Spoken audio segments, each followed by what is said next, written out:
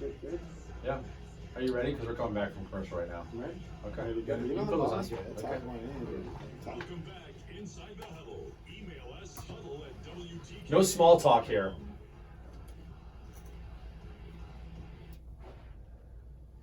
Hey, welcome back to Inside the Huddle. Joining us in studio, Michigan hockey coach Mel Pearson, coming off a very successful weekend for the Wolverines. A sweep of Wisconsin at Yost Ice Arena. They beat the Badgers 8-4 on Friday night and 5-3 on Saturday night. It is their third sweep of the year, joining Lake Superior State back in October and over Notre Dame back in early January. That really got this whole thing going for Michigan hockey. They beat Notre Dame back to back. Then they beat Penn State, officially tied, but got the 3-on-3 overtime win. Then they beat Ohio State. One loss in their last 8 games after they swept Wisconsin. Mel, got to be feeling pretty good about this team. I wish I knew. I wish I could bottle it up and feed them that water all the time. We're healthy. I think that number one, we're healthy. We talked about this a little bit. We've got some chemistry and some synergy going. We're scoring some goals. And I think, is it the chicken or the egg comes first? Mm-hmm. Is it getting healthy and then you get the chemistry and then you score goals, or score some goals and then find some chemistry? But our guys are playing well. Strauss-Mann is doing an excellent job in the net, but I think the biggest thing is we've found some lines. We're scoring some goals, and then when you score goals, it just the confidence starts to build, and then you find a way to win some games. But we have played well, and then part of it too, I think, is the desperation. I mean, when we were 0-6-1 in the Big Ten at one point. Wow. 0-6-1.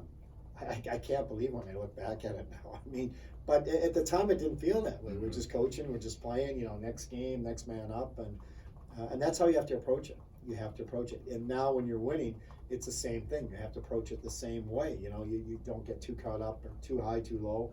Hey, we got a game Friday, and we got to find a way to win that game.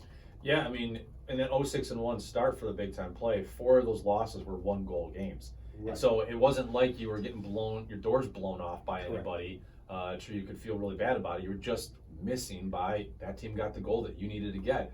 And so, yeah, certainly the last couple of weeks you've scored a lot more goals. And I know I was talking to a friend of mine who was at the game on Friday night, and I was watching on TV, and he texted me and said, 8 goals, man, this offense is hot. And I said, you know what they always like to say? You'll come back tomorrow and it'll be a 2-1 game. It didn't turn out to be. It turned out to be a 5-3 game. 5-3 could have been worse. I thought we played much better on Saturday than we did actually Friday. Friday, everything just seemed to go in, I don't want to say easy, but things went in the net. Saturday, we generated, I thought, better chances, better opportunities. We just couldn't. The second period is a 3-1 game. I thought we could have came out of the second period ahead 7-1. We had just played extremely well. We just couldn't find a way to bury the puck. Their goalie played better, obviously, Saturday. But a real good weekend. Anytime you can put up 13 goals in a weekend, I don't care who it's against. That's good. And it gives your players some confidence. As you know, I'm not sure Miz or anybody's played a forward in hockey. If you look at your numbers a little bit and you got 1 and 2 in 15 games, it's hard to feel real good about your offensive production. So this has really helped. And by no means are we a one-line team either. You see some teams have a dominant line. We don't have a dominant line. We've got 4 really good lines, and I think that makes us a tough out any night we play. Well, and it's interesting because you guys gave up 7 goals in the weekend, which, again, it's a recipe for disaster to give up 7 goals. But I was curious looking at Strauss-Mann.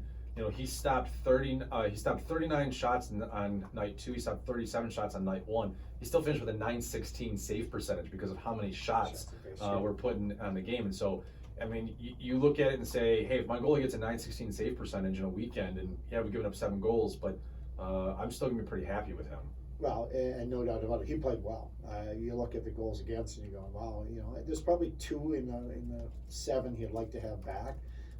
I'm just talking to him. The other ones he really had no chance on, but he played well. We gave up too many shots. It's like Friday night, I was not happy with how we played, and we were too loosey-goosey. We just didn't have enough of our players who were ready to put in an honest effort and didn't. We addressed that, and I thought we were better Saturday, but still, as you see, we gave up a lot of shots. I thought Saturday, when you look at the shot chart, most of their shots were from the perimeter. They didn't have as many grade A's, where Friday, they They had some real good opportunities, and obviously we gave up 4 goals. Was not happy with that. Now Saturday's game, it was a 4-1 game. Then they scored one halfway through, and now they're pushing and shooting it from everywhere, and they scored a goal with the goalie out, the 3rd goal. So like I said, we played better defensively, didn't give up as much, but yeah, you can't put anything on Strauss. He's their MVP by far. He has played so well this year, and really gave us a chance to get our feet under us when we were struggling and find a way to keep games close, and now we're winning games. And I give our team a lot of credit. When we were 0-6-1, I mean, you can run that white flag up that pole and just say, hey, we've had enough, we give up. But I give our players a ton of credit. They just continue to play and not worry about, like I said, where we were, but where we were headed. We talk about it a lot. You can't change anything that's happened. We can't go back and play the game over again. It's done. It's in the record books, blah, blah, blah. But we have the opportunity to say something about the future and future games, and that's how they've approached it, and good for them. I'm going to come back and talk about a couple of individual players offensively and defensively that really performed in this past weekend for Michigan hockey. But yeah, you talk about you have a chance now still to do something with this season. And at the very least, you're trying to get yourself nice and hot and in as good a position as possible going into the Big Ten tournament. But you have 6 games remaining at Michigan State on Friday. Then you have the battle for the Duel in the D. Yeah. Down at Little Caesars Arena on Monday. Both those games, by the way, are on television this weekend, so you can enjoy that a little bit. Then you get Notre Dame at home for a series, your final series. You'll honor your seniors, and you finish at Minnesota. And so, I was doing some math and looking at the numbers and the whole thing. Like, you guys still need, in order to put yourself in that NCAA tournament, you still need a really strong finish. It can't be 3-3. It's got to be 4-2 or better, and you need some of those wins on the road. But at least you've put yourself in that position, and that's got to be helping the guys' confidence quite a bit. We're in the conversation, and that's all you can ask for, especially after the start we got off to. So yeah, we've clawed our way back, not only in the Big Ten, conversation for the championship, but obviously for the NCAA tournament. The old cliche, it's one game at a time. But you're right, we put ourselves in a situation. We don't have a standings board in our locker room. Like I've been around a lot of teams, and one of the first things you see is a standings board when you walk in and where you're at and blah blah blah. But we don't have one. I don't think. Just my personal opinion. I don't think it's healthy. I think it's good just to look forward to the next game you play, whether you're in last place or first place. But we did bring up the standings this Monday to our team yesterday. Okay. Just to give even our freshmen an idea of how things work in the Big Ten, because every game we play is worth 3 points. So right now we're 6 points out of first place. 6 points out of first place, but that's 2 games. So if we win 2 games, that gives us 6 points. Each game's worth 3 points. We'd be right there. We have 2 games on the first place team. Correct. 2 games in hand, Penn State. So just the way it shakes down, we win 2 games. Hey, we're tied for first place in the Big Ten. Who would have thought that? At 0-6-1. I mean, anyway, yeah. So we've looked at the standings. I told them we're not going to look at it again. We've just got to go out and play, and all we have to worry about is winning our next game, and then after that, we'll figure out who we're playing next and where. Well, and I can do this as a member of the media here, but yeah, I mean, look at this Michigan State series. I mean, you're 4 points behind Michigan State and Minnesota in second place. I mean, if you were to have as good of a weekend against the Spartans as you've been having in the second half of the season, you'd wake up on, I guess, Tuesday morning, since the game is on President's Day, and you'd be in second place in the conference. Right, we'd be right there. Who knows? You might be in first place, depending on what's happening. You could be. Penn State's playing, I believe, Wisconsin this weekend, so we need some help there. But you never know. But yeah, it's going to be an exciting finish to the Big Ten Conference, and like you say, we have to win as many games as we can to stay in the conversation for the NCAA tournament. Let's talk about, let's go more in depth, the Michigan-Wisconsin series over the weekend and the 8-4 victory on Friday night. As we're talking to Michigan hockey coach Mel Pearson, you guys got off to an early lead, and then that second period was, if you like scoring, and most people do, you found yourself entertained in the second period. I think there was a goal. The longest stretch that went without a goal was maybe like 8 minutes. But there were 7 goals scored in the second period, 4 by Michigan, 3 by Wisconsin. But most importantly, you held the lead after the second period. Correct. And I believe look at this, but I believe we played the whole weekend with a lead. We never trailed, and even in that game, we get up by 2 goals, they would score. We get up by 2 goals, they would score, and that, I think that was one of the best things about our team on Friday night is when they responded, we came right back, and that was huge. We always sort of played with that 2-goal cushion, then make it a goal, 2-goal cushion. So the resiliency and stick with it and keep playing regardless of what happened, because obviously when you give up a goal, it can be a real big momentum shift. But fortunately for us, the momentum shifted in our part and we stuck with it. So you're right, and obviously we had a player have a heck of a weekend, and Nick Granowitz, really a heck of a game on Friday night. Yeah, he scored 3 goals, a hat trick. He scored his final goal at 12:40 of the third period.